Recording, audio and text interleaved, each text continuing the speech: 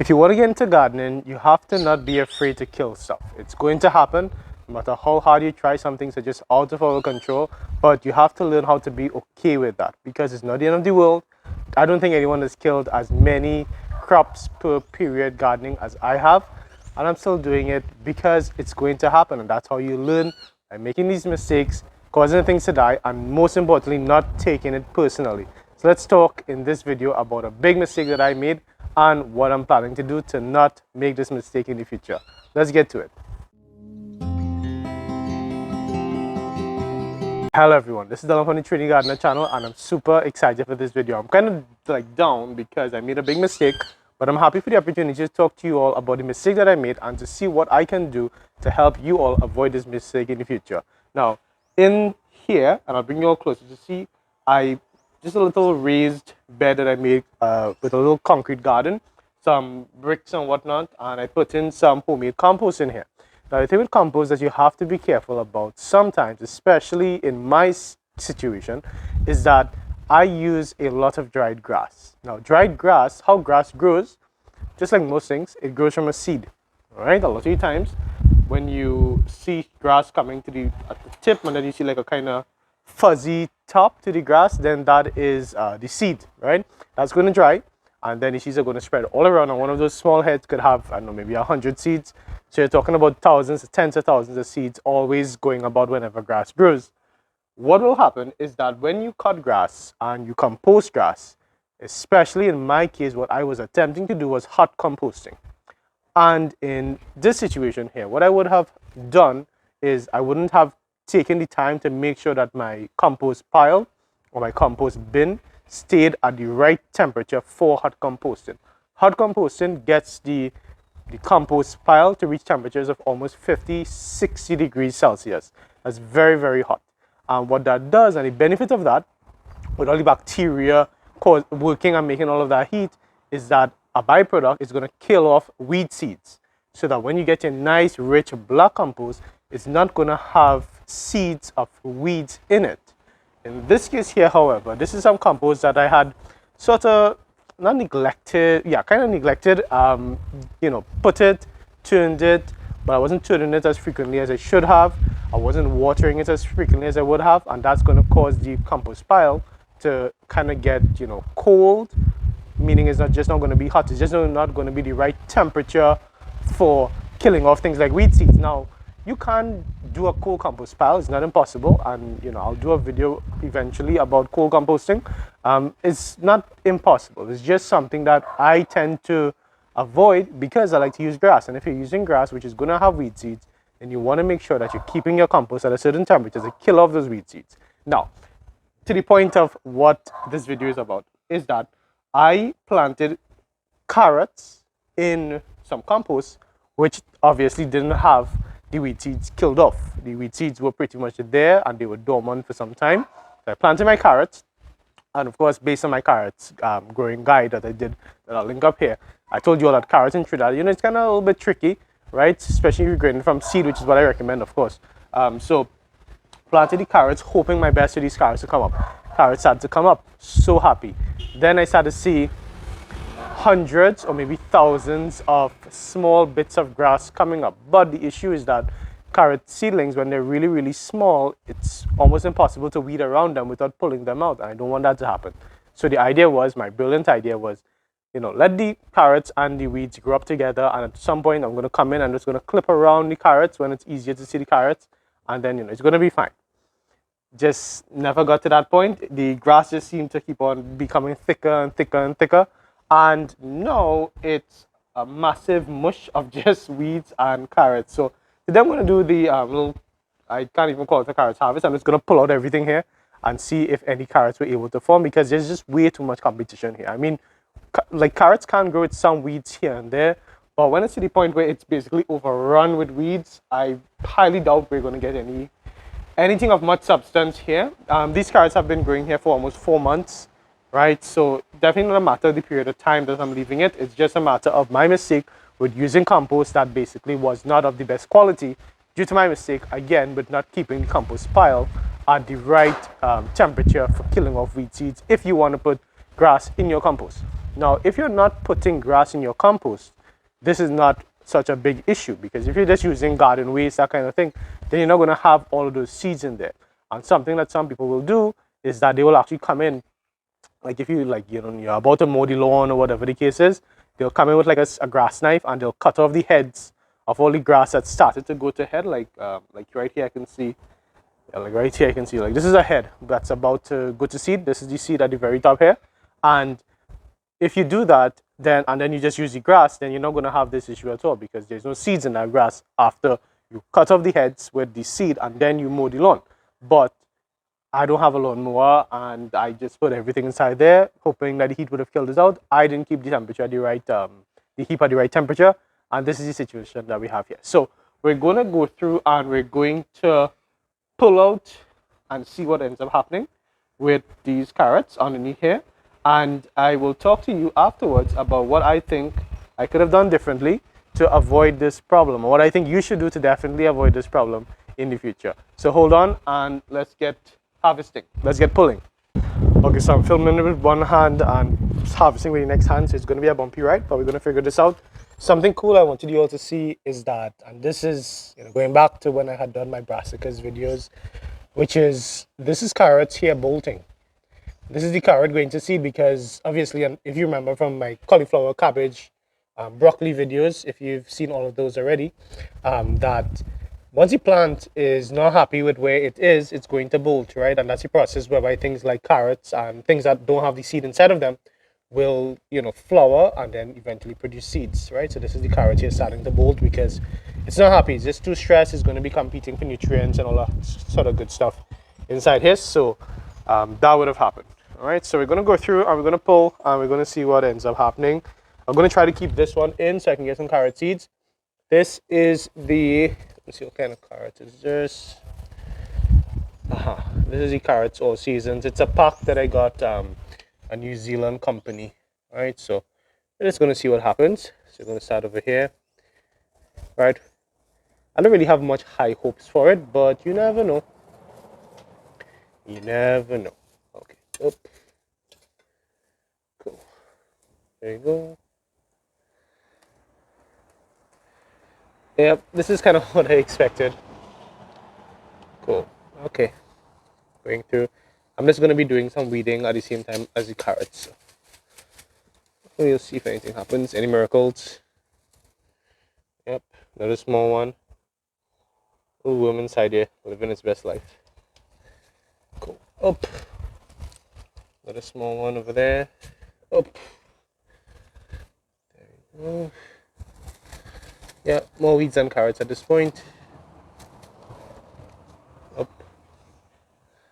Yeah, we'll stalk here. Oh yeah, this one.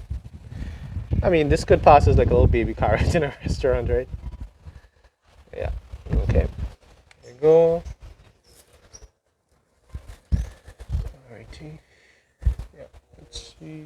Right.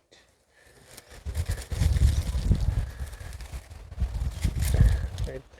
And also, as I mentioned, it's not going to be like a question of time, like leaving it longer. It's just way too stressed with all of this. So the best thing here really is to just harvest it out and, not make a mistake in the future.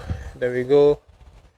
And then I also had some seedlings that grew up, basically pretty much next to one another. So lots of competition, Yeah. Okay, where was my... Yeah. Cool. Yeah. Okay, I think I'm just going to pull everything up because it's just way too much. Oop. Little dinky.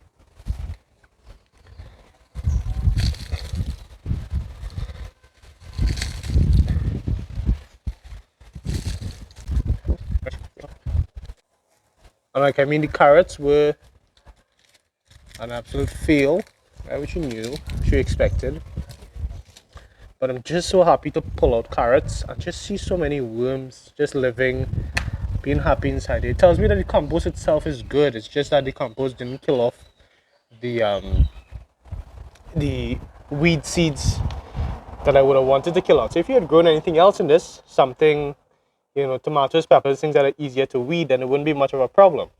But because there's things like carrots that need that underground space, then that's where you're going to have your issue. So I'm definitely going to reuse this compost. It's by no means going to be depleted at this point. Of course, I'll top dress, but I'm glad that I was able to show you all exactly what I did, exactly what the problem was, and let's just talk about what I'm going to do in the future to make sure that we don't have this issue again. Okay, so there we go. Proper fail, sort of what we expected.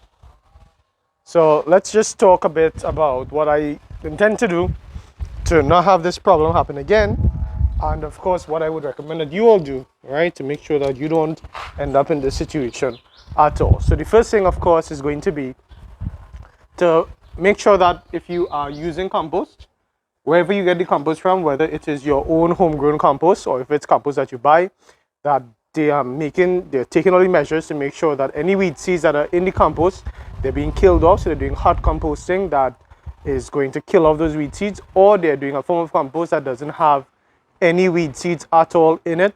So you're not going to have that problem of weed seeds growing up on you. That's one. The second thing that I'm going to do to reuse what I have here, because I plan to use this compost and it's going to have weed seeds in it, it's almost impossible at this point to get rid of all the weed seeds unless I were to recompost it, get it up to that temperature, and then put it back here, which is a lot of work, and I don't intend on doing that. So what I'm going to do is I'm going to just leave the compost here.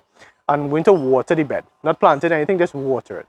I'm going to do that for probably a few weeks, and then weeds are going to start to grow up. Okay, seeds that are in the surface, in that first bit of the compost, is going to start germinating, and the seeds are going to come up. Then I will weed the compost, I'll water it in again, wait for more seeds to grow up, and if I do that for like just 2 times, not even more than that, just 2 times, then when I eventually plant stuff into this again, which I may do carrots or beetroot or some other root crop, because the compost is nice and fluffy, it's perfect for root crops like that. So I do want to use it, and I can use it. It's just that I need to make sure that whatever weed seeds is in the first layer, second layer of the compost, that as many as possible, they germinate.